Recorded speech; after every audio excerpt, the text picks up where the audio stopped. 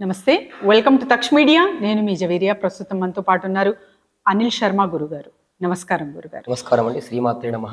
గురుగారు, ఈ మధ్య కాలంలో చూస్తున్నాం, సో అబ్బాయిలతో పాటు అమ్మాయిలు కూడా ఎక్కడ తగ్గేదేలే అన్నట్టు relationship issues, love failures, breakups, అందులో ఎమోషనల్గా చాలా కుంగిపోతూ డిప్రెషన్స్కి వెళ్ళి సూసైడ్ అటెంప్ట్స్ కూడా చేసుకుంటున్నారు. దీన్ని ఎలా చూడొచ్చు? అంటే గ్రహాల ప్రభావం అనుకోవాలా, వాళ్ళ జాతకంలోనే ఇలాంటివి ఉంటాయి అని అనుకోవాలా? దీనికి అసలు పరిష్కారం అనేది ఉంటుందా? నమస్కారం అండి. తప్పకుండా ఉంటుందండి. కాకపోతే మొట్టమొదటిగా సగం సమస్యలు మనము జాతకాన్ని ఒకసారి పక్కన పెడితే దీనివల్ల మనకు సగం సమస్యలు ఉంటాయండి. ఇది ఒక్కటి మనం పక్కన పెడితే ఒక సగం సమస్యలు పక్కన తీసినట్టే. ఎందుకంటే ఇందులో మనం చూస్తున్నాము, మన మనసు ఇక్కడ ఉంటుంది, ఎంత దూరమో తీసుకెళ్ళిపోతూ ఉంటుంది, ఎక్కడ వెళ్తామో తెలియదు, ఎప్పుడు వస్తామో తెలియదు, ఎన్ని సమస్యలు చిక్కుపోతామో కూడా తెలియదు.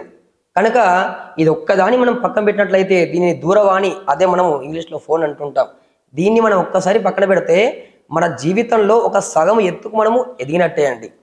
దీంతో పాటుగా మనకి మనస్సు అని చెప్పుకున్నాం కదా, దీని అందరికీ కారణం కూడా జాతకంలో చంద్రుడు శుక్రుడు ప్రభావం ఉంటుందండి. చంద్రుడు శుక్రుడు ప్రభావం ఉంటుందండి.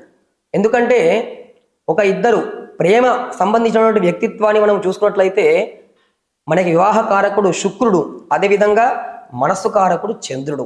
వీరిద్దరు కూడా జాతక రీత్యా ప్రకారంగా స్థానము కరెక్ట్ స్థానంలో ఉన్నట్లయితే వారికి ఎటువంటి ఇబ్బందులు కూడా ఉండవు. కానీ ఆ విధంగా కలిసేటువంటి వారిద్దరు కూడాను ఇది ఈ స్థానంలో ఉన్నామా, మన నక్షత్రాలు ఏమిటి, మన రాశులు ఏమిటి అని తెలియకుండా కూడా వారు ఆ విధంగా అందులో దిగిపోతూ ఉంటారు, ఎంతో ఇబ్బందులు పడుతూ ఉంటారు. అందుకనే మన యొక్క పూర్వీకులు కూడాను వివాహము జరగాలంటే ఖచ్చితంగా వారికి వీరికి నక్షత్రములు, అదేవిధంగా రాశికూటములు, అదేవిధంగా గుణగణములు కూడా ఇవన్నీ కూడా నిశ్చయించి అవన్నీ కూడా సరైందంటేనే వివాహం చేసి ఉన్నారండి.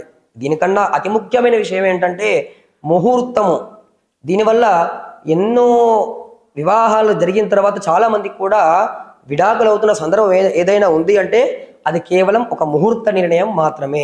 సో గురుగారు, మీరు ఇక్కడ ముహూర్తం అంటున్నారు, ఎటువంటి అంటే స్థాయి ఉన్న వాళ్ళు కూడా చిన్నగా ముహూర్తం చూయించుకొని జాతకాలు చూయించుకొని పెళ్లి చేసుకుంటారు, కానీ విడాకులు అనేది సహజం అయిపోయింది. ఎందుకంటారు? అంటే ఇక్కడ చెప్పాం కదండి, మనకి ముహూర్త నిర్ణయం అని. మీరు చాలామంది కూడా రాజకీయంలో ఉన్న వాళ్ళ ఇంట్లో కూడా కొంతమంది గురువుగారులు కూడా జాతకం చెప్తూ ఉంటారండి. అక్కడ ఉన్న వాళ్ళకి మీరు సంప్రదించవచ్చు. వారు ఇంట్లోంచి బయటకు వెళ్తున్నప్పుడు కూడాను ఆ ముహూర్తము బాగుందా లేదా కనుక్కొని మాత్రమే వెళ్తారు. అందుకే వారికి అనేక విజయాలు కూడా జరుగుతూ ఉంటాయండి. ఎందుకంటే ప్రతి ఒక్కరికి కూడా ముహూర్త నిర్ణయం అనేది చాలా ముఖ్యము. అందుకనే మీరు ఇందాక అడిగారు కదా ప్రశ్న, వివాహానంతరం చాలా మంది కూడా విడిపోతూ ఉన్నారు అని. దానికి కారణం కూడా ముహూర్త నిర్ణయమే. ఒక పంతులు గారిని పిలుస్తున్నారు, ఒక ముహూర్తం చెప్పమంటున్నారు. ఆయన చెప్పి ఒక ముహూర్తాన్ని నిశ్చయించిన తరువాత మాకు ఆదివారం వస్తే బాగుంటుందండి, శనివారం వస్తే బాగుంటుందండి, ఇంటికి వచ్చే బంధువులు కూడా మా ఇంట్లో చక్కగా ఉంటారండి అంటున్నారు. అంటే బంధువుల గురించి ఒక్క రోజు కోసం మీరు వివాహం చేసుకుంటున్నారు, కానీ ఆ యొక్క వివాహానంతరం జీవితాంతం కూడా ప్రతి ఆదివారం కూడా వారితో ఉండాలనే విషయాన్ని మీరు మర్చిపోతున్నారు. కనుక పంతులు గారు ఎటువంటి మంచి ముహూర్తాన్ని నిర్ణయిస్తే ఆ వివాహానికే ఆ ముహూర్తానికి మీరు చేసుకోండి. రెండవది, అందులో అర్థం ఏమిటయ్యా అంటే చాలా మంది కూడా ముహూర్తము మంచిదైనప్పటికీ కూడా ఆ యొక్క ముహూర్తానికి రావట్లేదండి. ఆ యొక్క అర్థం చెబుతాము, మీరు వింటూ ఉండండి. ఆ ముహూర్తంలో ఏం చెప్తారు పంతులు గారు అంటే, ధ్రువం తేరా జావరుణో ధ్రువం దేవో బృహస్పతి ధ్రువం త ఇంద్రశ్చాగ్నిశ్చ రాష్ట్రం ధారయతాం. ధ్రువం అంటారు అంటే ధ్రువం తేరా జావరుణో అంటే ఇక్కడ వరుణుడి యొక్క అనుగ్రహం ఉండాలని. ధ్రువం దేవో బృహస్పతి అంటే బృహస్పతి అంటే దేవతామూర్తులకి గురువు అండి. ఆ యొక్క గురువు అనుగ్రహం కలగాలని.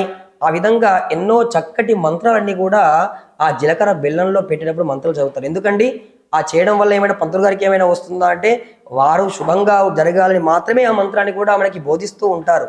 కానీ ఆ యొక్క ముహూర్తానికి రాకుండా ఎప్పుడు చేసుకుంటే ఏముందిలే అని ఆడంబరాలని కూడా చేసుకుంటూ ముహూర్తాన్ని ఆలస్యంగా చేసుకుంటున్నారు. కాబట్టే ఈ విధంగా మనము లోకంలో అనేక సమస్యలు కూడా చూస్తూ ఉన్నాము. దానికి కారణం ఏదైనా ఉంది అంటే అది కేవలం ముహూర్త నిర్ణయం మాత్రమే. మరి కాని వారికి మీరు చెప్పారు గురుగారు, మరి ఆల్రెడీ పెళ్లి అయిపోయింది, సఫర్ అవుతున్నారు, ఇలాంటి వాళ్ళకి పరిష్కారాలు ఏంటి? మనకి చాలామంది కూడా వివాహము ఇప్పుడు ఈ యొక్క ఎవరైతే ఈ తక్ష మీడియాని చూస్తూ ఉన్నారో వారికి కొన్ని పరిహారాలు తెలుస్తూ ఉన్నాయి, మరి మరలా కూడా సంప్రదిస్తూ ఉన్నారు.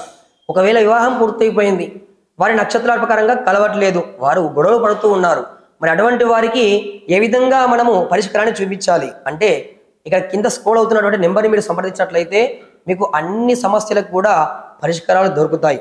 మీ యొక్క పేరు బట్టి కూడాను, అదేవిధంగా మీరు వచ్చేటువంటి లగ్నాన్ని బట్టి కూడా జాతకాన్ని కూడా మనము చెప్పవచ్చండి. ఇదంతా కూడా మనం చేయాలంటే ఈ కింద స్క్రోల్ అవుతున్న నెంబర్కి మీరు సంప్రదించినట్లయితే మీకు అన్ని కూడా సమస్యలకి పరిష్కారం దొరుకుతుంది. దాంతోపాటుగా ఏది చేస్తే శుభం జరుగుతుంది అనే విషయాలు కూడా మనం చెప్పుకోబోతున్నాం. ధన్యవాదాలు గురుగారు. శ్రీమాత్రే నమః.